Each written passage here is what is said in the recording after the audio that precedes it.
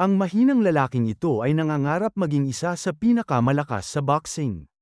Nagsimula ang kwento kay Junk Dog, isang gutom at tal-unang boksingero na kumakapit lang sa mga dayaan sa maduming underground fights. Hanggang sa isang araw, muntik na siyang mamatay matapos masipa ang ngipin niya sa isang rig na laban at maiwan siyang duguan sa putikan. Pero nang pumasok sa ring si Yuri, ang walang talong Megalobox champion, at pinahiya siya sa harap ng buong underground, may kung anong pumutok sa loob niya.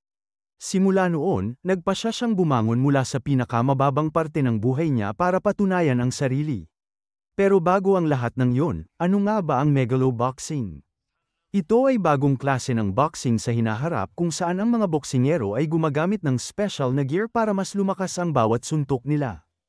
Ipinapaliwanag ni Yukiko Shirato, ang boss ng Shirato Group, na ito ang matagal ng pangarap ng lolo niya, gawing mas mataas at mas engrandi ang boxing.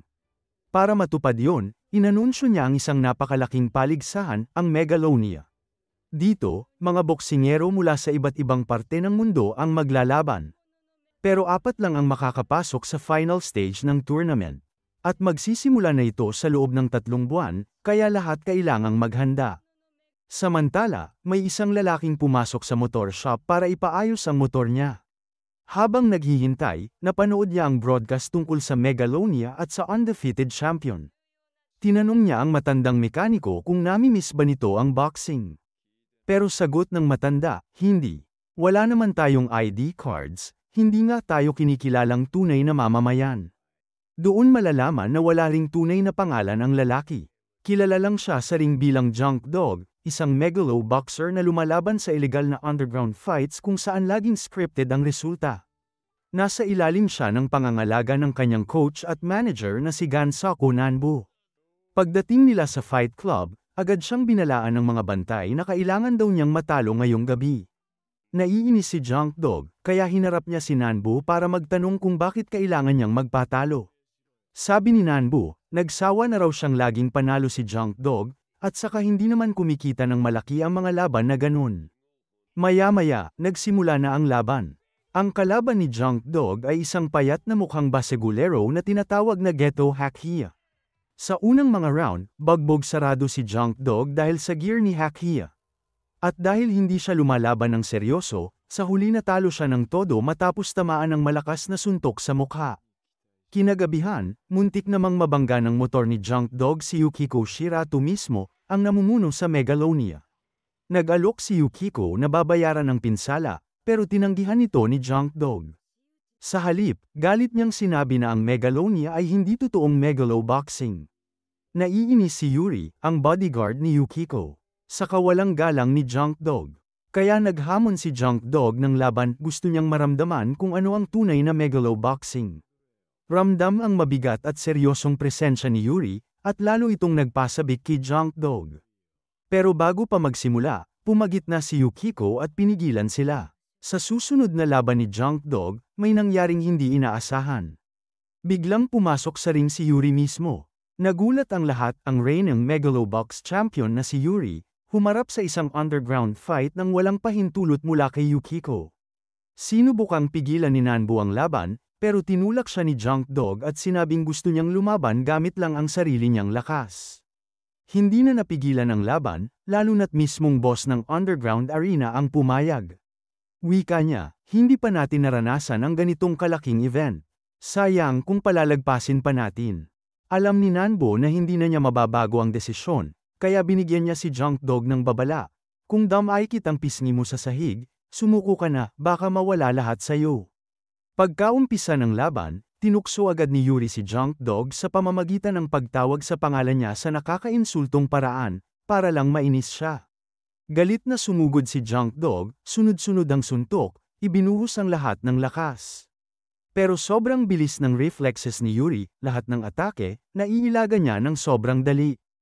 Isang mabilis na jab lang mula kay Yuri, at tuluyang na-stop ang momentum ni Junk Dog. Para maging patas, sinabi ni Yuri na lalaban siya gamit lang ang isang kamay. Pero sa sobrang gigil ni Junk Dog, napilitan si Yuri na gamitin ang 2 kamay niya. Kahit ibinuhos niya lahat, muntik nang ma-knockout si Junk Dog sa unang round matapos tamaan ng malinis pero brutal na jab sa mukha. Halos bagsak na siya, pero tumayo pa rin para lumaban. At sa di inaasahan, nakalapat din siya ng isang suntok diretso sa mukha ni Yuri. Nagulat ang lahat, at lalong nagalit si Yuri. Doon na nagpasya si Yuri na tigilan ang pagpapakumbaba at ipakita kay Junk Dog ang totoong Megalo boxing. Isang matinding jab diretso sa mukha, at tuluyang nawala ng malay si Junk Dog sa unang round. Pero kahit knockout na, bumangon pa rin si Junk Dog. Habang papalayo si Yuri, sumigaw siya na hindi pa siya kontento sa laban. Huminto si Yuri at sinabing, kung gusto mo ng rematch, umakyat ka. Harapin mo ako sa totoong Megalonia. Kinagabihan, pinagalitan si Yuri ni Yukiko dahil pumasok siya sa ring ng walang permiso. Tinatanong pa niya kung yun ba ang dahilan kung bakit niya sinilip ang mga kalaban. Kinabukasan, habang nagmamaneho ng motor, napansin ni Junk Dog ang isang malaking billboard na may nakasulat, "Life is depressing if you got no peaches to clap." Dahil doon, mas tumibay ang desisyon niya. Kahit anong mangyari, sasali siya sa Megalonia. Pero pinaalala ni Nanbu na hindi ganun ka-simple. Kailangan muna ni Junk Dog ng citizenship ID para makasali. Kahit binalaan siya, hindi na pinansin ni Junk Dog si Nanbu. Sa mga susunod na laban, lumaban na siya gamit ang buong lakas at tinalo ang mga kalabang dapat sana'y pinagtatalunan nila. Dahil dito, napahamak si Nanbu lalo na kay Fujimaki, ang mob boss na kumokontrol sa underground ring. Para makalusot, nangako si Nanbu na babayaran niya si Fujimaki gamit ang premyong makukuha ni Junk Dog sa Megalonia. Pumayag si Fujimaki at gumawa pa ng Peking Citizenship ID para kay Junk Dog. Doon na rin niya pinili ang pangalang Joe para gamitin sa tournament. Na-register si Joe sa official Megalobox rankings, pero nasa pinakababa siya, rank 257.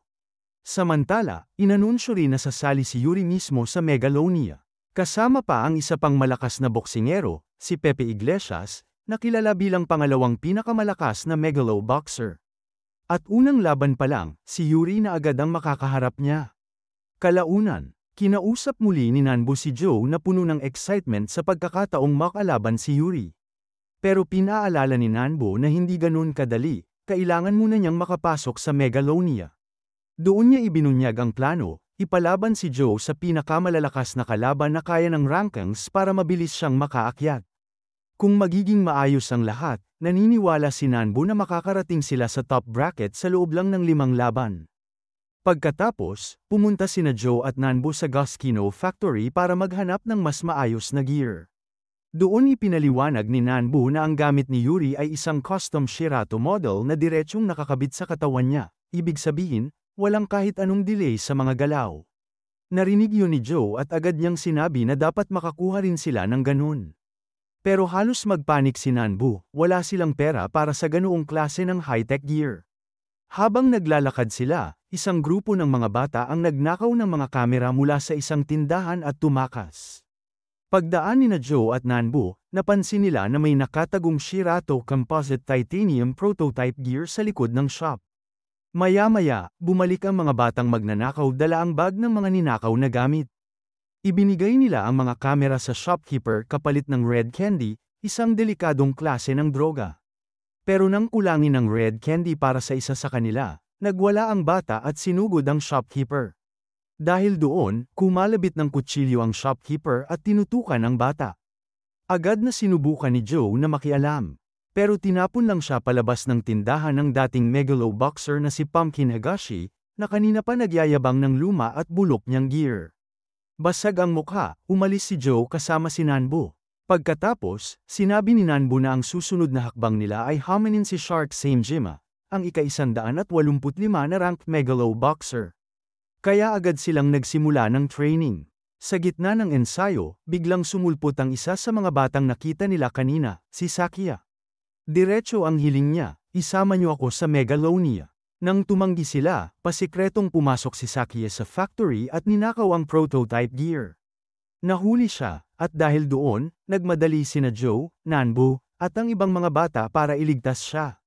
Sa laban kontra kay Higashi, sinuot ni Joe ang prototype gear. Pero agad itong nagkakalas-kalas habang nakikipagsalpukan. Kahit ganun, nagulat ang lahat nang mapabagsak pa rin ni Joe si Higashi gamit lang ang sarili niyang lakas, walang depensa ng gear. Simula noon, nagpasya sila Nanbo na isama si Sakia sa kanilang biyahe papuntang Megalonia. Dumating ang unang pro fight ni Joe laban kay Shark Saejima. Laking gulat ng buong arena nang pumasok siya sa ring na walang suot na gear.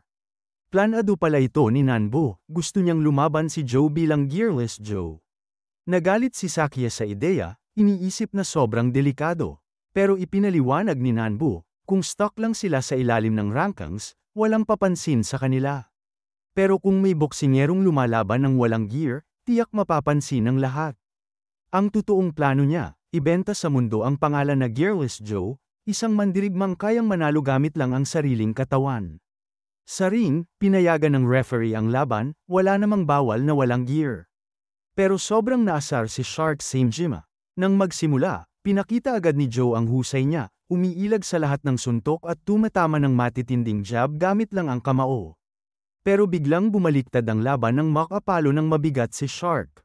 Natamba si Joe sa unang round, halos hindi na makatayo. Sa bilang ng referee, nakabangon siya sa ika-9 na count. Pero halata, basag na basag ang katawan niya. Habang nagtatapos ang round, unti-unti na siyang nawala ng malay, at narinig ang boses ni Nanbo na nagsabi, "Huwag mong isipin ang sabayang suntukan. Huwag kang magpalit ng suntok." Dito na muna nagtatapos ang ating video. Kung gusto mong abangan ang susunod na episode, huwag kalimutang mag-subscribe para palagi kang updated. Kita-kits ulit sa next video.